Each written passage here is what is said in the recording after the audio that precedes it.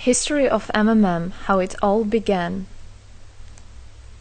Starting up of MMM, in 1989, Moscow Executive Committee in Leninsky District registered MMM as a cooperative society. It is in Russia.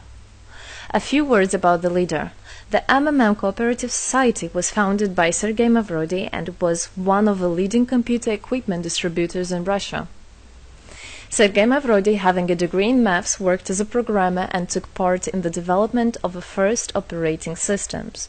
A few words about his decision to make his own company is the fact that having worked as a simple worker from 8 to 5, he understood that freedom is the most important for him, because that work of 8 to 5 is literally a slavery. At any point, at any time, the company can throw you out and you'll be left without nothing, although you could have worked in that company for years and years. So he realized it. This is why he decided to create his own child, and he knew whatever his efforts will be, it will come back to him in form of dividends and income.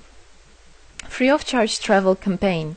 In 1992, the brand became universally recognizable after Mavrodi offered several times to all the residents of Moscow a day of free of charge travel in metro, Moscow subway. Pretty smart. Birthday of MMM. On October 20, 1992, the joint stock company MMM was registered. In fact, it is a birthday of MMM in the traditional form in which people got used to consider it. The shares of MMM on sale. February 1st, 1994, the shares of MMM went on sale, and people immediately began to buy them. Moreover, the company willingly bought them back on a new, higher rate, which grew very fast at about 100% per month. The company's principle today is always more expensive than yesterday worked perfectly. Few words about that. Why did he do that? As you might know, in 1991, the Soviet Union fell. So if until at the time of the Soviet Union, everything that there was in the country, like properties, different companies or whatever that was bringing some goods, was national. So any person of the country was entitled to have a share of that production, of that company. Everybody was equal. But when the Soviet Union fell, what it meant is that all the companies, all the properties had to be privatized. So you can imagine there is a company, a huge company. People worked there for years and years. And at one moment there comes a person and says, all that is mine. Yes, this was the case, and obviously that information, that laws about the fact that it was possible to privatize was kept only for a small group of people for obvious reasons. So a simple worker who worked in that company for years and years or all his life didn't know he can actually come and say by law that that is his. So what genius idea Sergei Mavrodi had is to sell these shares to gather the money of the people, and with this money to buy those companies. So basically, if a person has an MMM share, he would have had an exact share from the company that Sergei Mavrodi bought. For example, a company from oil and gas or something else. Obviously, he knew perfectly which companies are worth it and which companies were not. There was quite a battle there. So as you can see, his idea was great, but let's see what happens. Government is trying to hinder MMM's activities. Surprise, surprise! Planned by the Russian government, MMM 94 was intentionally collapsed. It began when tax inspectors accompanied by OMON officers passed through the crowd of depositors and went inside the central office of the company to give a notice about the planned tax inspection. Right. So obviously, the small group of people that I was talking about is the government people, is the people that have connections and so on, and they wanted obviously all that money, all those properties to be kept in their hands. This is how the nowadays oligarchs were made. At that moment they had nothing. In one day they got loads of money, and now you can know them as very rich people who made their money on the back of a nation. So obviously they did something just to provoke some panic going through the crowd. Obviously, for any financial institution, a panic is really bad. As I remind you, at that time, MMM was selling shares, was a share stock company, let's say. Mavrody's arrest. Sergei Mavrody was arrested on tax evasion charge. Really lame excuse. It wasn't at all like that. What happened, even the person that was in charge with giving the arrest, he told him that there was no other option for them. They had to do something, even though it was illegal what they were doing, but they had to do it as they were afraid of him. Because, as he said, another 2-3 months and in whole Russia there would be no government, no banks, nobody, only Sergei Mavrody. You know, that who holds the money nowadays, this is in charge. So he was arrested, and his arrest was broadcasted live on all TV channels, obviously to show off more, to show people how bad he is, and actually the government didn't do anything wrong. On the same day, there was a storm of the central office of MMM. The company was prescribed to recover 49.9 billion rubles to the budget. Huge money. The question about the money in MMM 94 is open, as no one still can give an answer where it is. The authorities simply turned a blind eye to it, although hundreds of eyewitnesses are ready to confirm, even under oath in court, that they saw 17 trucks take out cash through the back door. So unfortunately at that time there was no internet, no way, no bitcoins, no other internet wallets, and all the money were obviously kept in cash in the MMM offices. And the government took advantage of it. They just came, took it out, and then they said nothing. They just, moreover, they didn't say where the money went. They even made the way to make people believe that Sergei Mavrody was the one who took all those 17 trucks of money and disappeared. But obviously it wasn't the case. It was a simply lame excuse. Demonstrations against state authorities. August 1994. Thousands of MMM depositors affected by the artificial collapse of the pyramid protested and demanded to set Mavrody free. Actually, Mavrody could have used his powers and do huge, bigger protests, but he decided not to do that, as that would made as obvious a different protests of this type. It could be people injured or even killed, so he decided not to use people in this purpose. It was very noble from him to do that. MMM leader became a deputy. However, he found a way to get out of the prison. Being imprisoned, Sergei Mavrody had managed to register as a candidate for a deputy of the State Duma and was released from prison. He won the elections by a landslide and became the deputy of the State Duma of the first convocation. So, as a deputy in Russia, they have privileges. This is why, becoming a deputy, he was set free. The State Duma is against Mavrody.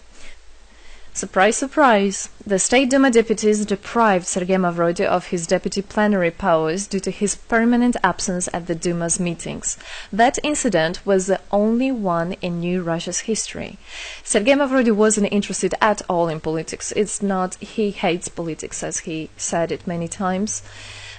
So he became a deputy only for the reason to get out of a prison. That's it. He wasn't interested to go to their meetings, as he himself considered as well the people there as being quite silly and not worthy to spend time with. But this was another lame excuse for them to deprive him by saying that he is absent. A candidate for presidency. The Central Election Commission registered the authorized representatives of the initiative group that had nominated Mavrody as a candidate for the president of Russia, but subsequently rejected a significant part of the signatures in the support of a candidate, and his registration was renounced. So, for obvious reasons, they did that again. They weren't interested into having a fair president, a fair leader on top of their head. Revival of MMM, January 2011. Sergei Mavrody renounced launching a new launching a new project of MMM 2011, Together We Change the World. Previously, there were simply no analogs of similar systems in the world.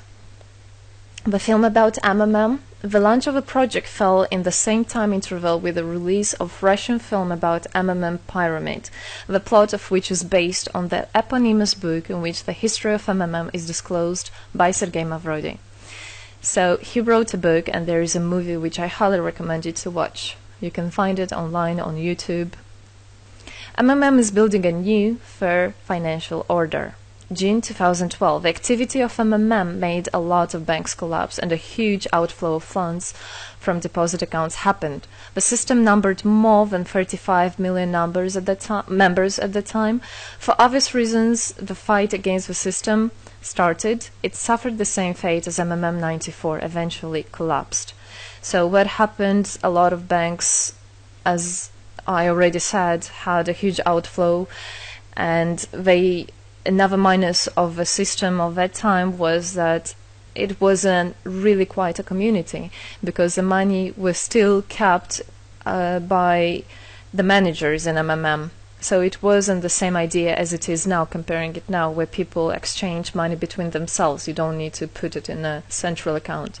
At that time, there were central accounts, and it was again used by the banks. They simply blocked those accounts that they identified as being of MMM and took all the money away, and that's it. There were no other discussion about that. Again, huge loss of money. People lost a lot of money. Sergei Mavrodi didn't get all of them. It was again the banks that took the advantage of it. MMM 2012 is just the beginning. I'll be back. Sergei Mavrodi announced the launch of a completely new MMM, World Mutual Aid Fund, MMM community. It speeded up since the first day, showing crazy dynamics on new members' registration. It has been decided to send 10% of the whole turnover on payments to the affected members of MMM 2011.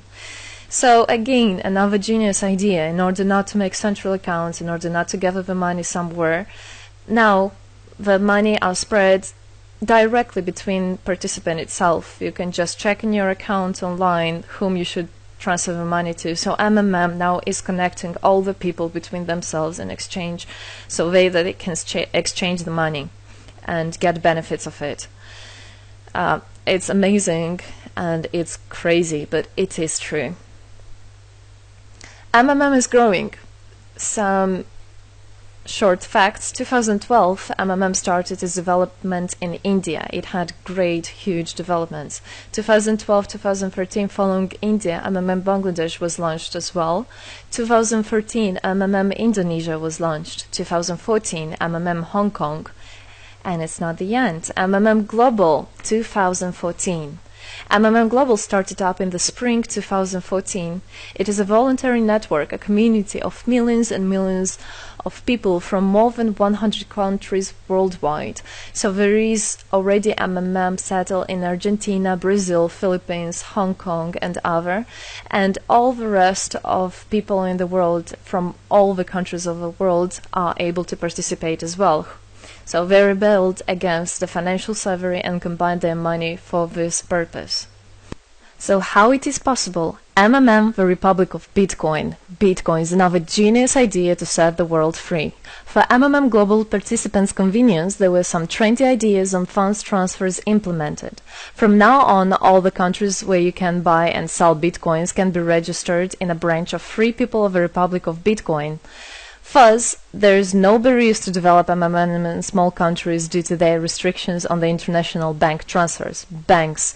This is not something that we would want to use, as the banks can anytime put restriction on an account or even block an account and take all the money. Yes, the banks can do that. Read better your contract.